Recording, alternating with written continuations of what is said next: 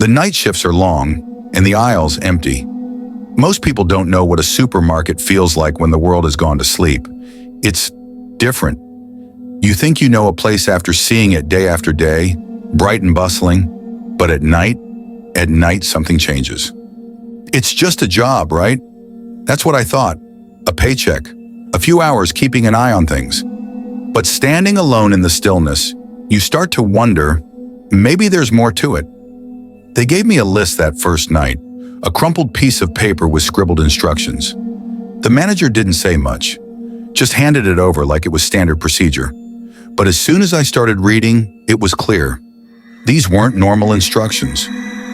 I remember staring at that line. Never look directly into the security cameras after 3 a.m.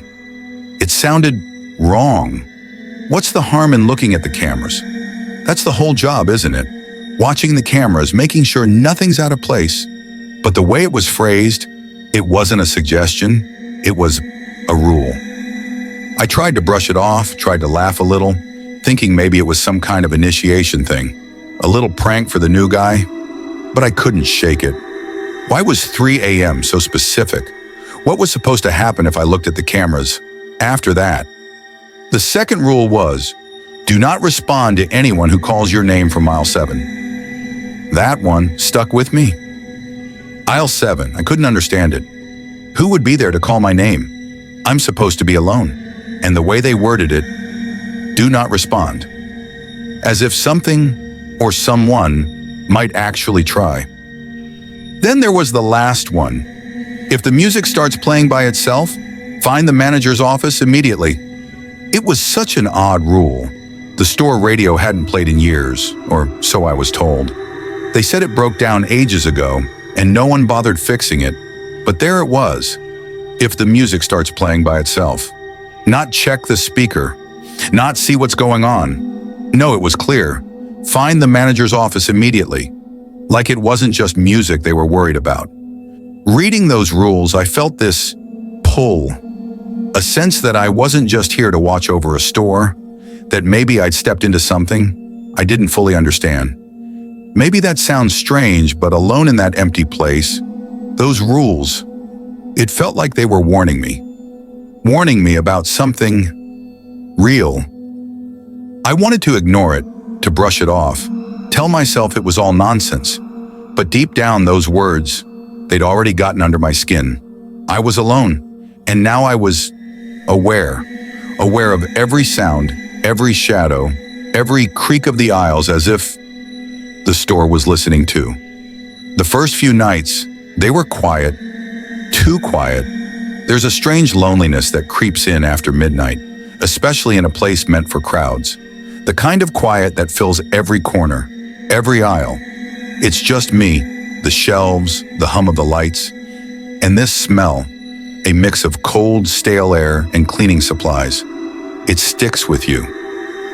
Walking through those aisles alone, I felt this weight. It's hard to explain, but it's like the store is watching you too, even if it doesn't have eyes. There's something in the silence, something that makes you second guess every little sound.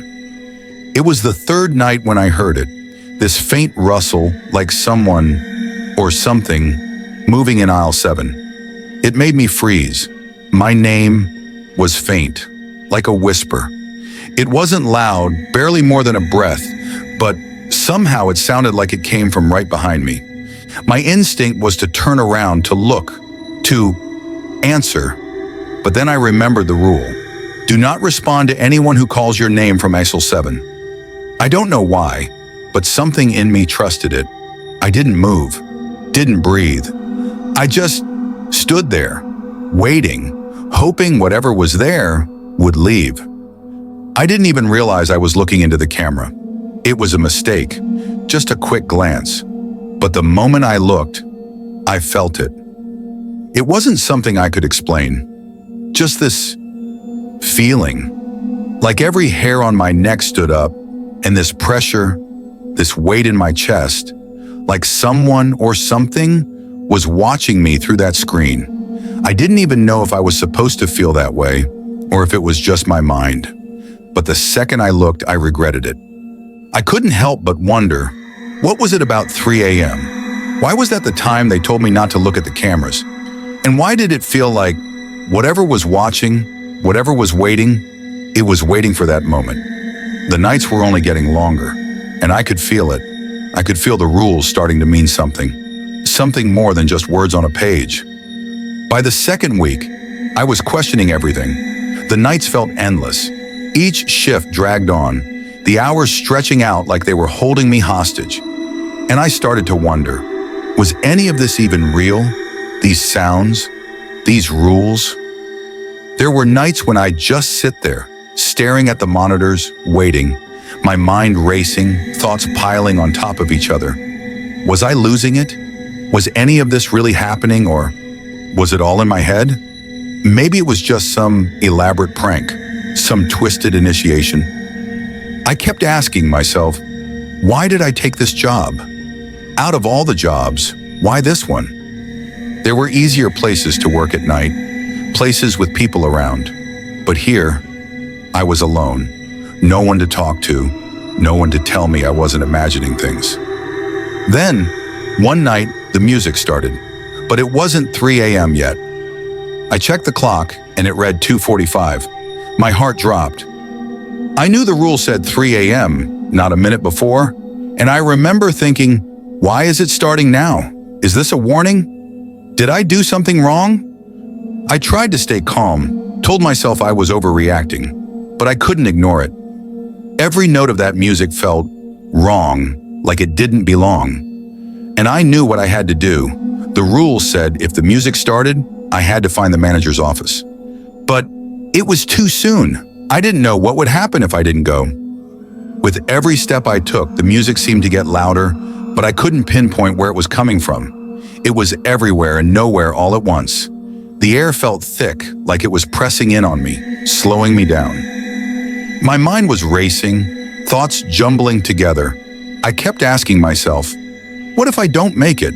What if whatever's behind this music finds me first? And then silence, the kind that gets under your skin. I stopped in my tracks, every nerve on edge, waiting for something, anything. I remember standing there, caught between the feeling of needing to run and the dread of seeing what might be waiting for me. I didn't know what I was expecting to find in the office. Maybe a sign, some hint that this was all just in my head. But there was nothing, just silence, shadows, and this strange emptiness that felt almost intentional, like it was placed there just for me. I could feel frustration boiling up inside me. Every part of this job was a mystery, every rule making less sense the more I tried to follow it. But I couldn't stop. Something about it all kept me here, kept me hooked, like I had to know, even if it drove me mad. That night was the first time I really thought about quitting, walking out the door, leaving the strange rules and the empty aisles behind. But even as I sat there, staring into that dim, flickering light, I knew I couldn't. I couldn't leave. Not yet. I was in too deep. The rules, the silence, the sounds, it was all tangled up in my mind. And I knew in some twisted way, I had to see it through. I had to understand what was really going on here. Nights blurred together after a while. I stopped keeping track of time, just shift after shift, waiting for something I couldn't name. The aisles started to feel less like aisles and more like corridors or tunnels. And then, there were the things I couldn't explain. I'd walk down an aisle, only to find the shelves rearranged when I turned around. Items moved, like they were deliberately put there to make me notice. It started with small things, whispered voices just on the edge of hearing. They'd call my name softly, like a taunt, or like they knew me. I'd stop, try to listen, but the moment I focused, it was gone. Just silence. And then, more silence. Aisle 7. I could feel it. Whatever was there, it knew me. I never looked down it longer than I had to, but sometime it would call my name, and every time I wanted to turn around. I wanted to see who or what was standing there, but I didn't. I couldn't. I'd sit there staring at the monitor, just waiting. Aisle 7 was always empty, but it didn't feel empty. It felt like something was there, just out of sight. Something waiting for me to break. And that thought, that feeling, I couldn't shake it. After a while, I stopped walking through certain aisles altogether. It wasn't worth it. I'd rather avoid them than feel that weight on my back, that feeling that someone or something was following me, watching. And the music, sometimes it'd start early, sometimes it'd play softer, like it was drifting from somewhere far away. I couldn't explain it, and I didn't want to, but every time I heard it, I'd feel it. A pull, a pressure, something making me feel like I had to follow it. This place, this feeling, it reminded me of things I tried to forget, things I thought I'd left behind. Fear has a way of pulling you back, making you feel helpless. And I didn't like feeling helpless. Not again. Every part of me wanted to leave. I'd tell myself, get up, walk out that door. But I couldn't. Something was holding me here, something I couldn't see, and every night it grew harder to ignore. And then, it happened. The breaking point. That one night, Aisle 7. It sounded like something fell, something big. I knew I should ignore it. I knew I shouldn't look. But I couldn't stop myself. I broke the rule. I walked down Aisle 7. It didn't feel like the same aisle anymore. It felt like somewhere else, a place that shouldn't exist. The air grew thick, and my chest tightened with every step. I remember thinking, I shouldn't be here. And then, everything went dark. The lights, they just went out, like someone flipped a switch. I was alone, in pitch black, in Aisle 7. I tried to stay calm, but I could feel it. Something was there, moving, closing in. I wanted to run, but my feet felt stuck, like the ground was pulling me down, trapping me. That whisper, it was closer this time, right there, just behind me. And I couldn't ignore it. I turned, I broke the rule, I looked. When the lights came back on, I was alone, standing in an empty aisle with nothing around me but silence. But I knew, whatever was there, it wasn't gone. It was still watching, still waiting. I'd broken the rule, and from that night on, I wasn't just a guard in that store. I was a part of it, trapped in whatever was lurking there, waiting for me to break again.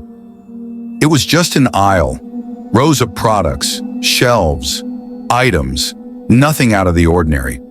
But it felt like more, like something was waiting for me, calling me. This thing, this feeling I couldn't escape. And somehow I knew, if I walked to the end of this aisle, if I didn't turn back right now, there'd be no going back. I kept walking. My mind was screaming at me to stop, to turn around, but my body just kept moving forward, step after step. I was staring at myself, but it wasn't me. It was something else, something that looked like me, but without anything inside. Like I was staring at my own fears, my own doubts, everything I'd ever tried to push away, and it just stared back. All my fears, my regrets, every single thing I thought I'd left behind, every choice I made that brought me here, it all felt so heavy, like it was pressing down on me, and I didn't know if I had the strength to push it away. Why did I stay? Why did I keep coming back night after night? Was it because I needed this job, or because deep down I didn't want to face whatever was out there, outside these walls? Maybe I was just running. Maybe this job, this place, was all I had left. I could leave, walk out those doors and maybe never look back. Maybe find something else, something better. But somehow, I knew that whatever I was running from would still be there, waiting. Some things you just can't escape. Maybe it was the job, or maybe it was something inside me. But for the first time, I understood. I knew that I was a part of this place now. Some people say they'd take any job, but what about this one? How much would it take for you to walk these aisles night after night, knowing you might find something you weren't prepared for?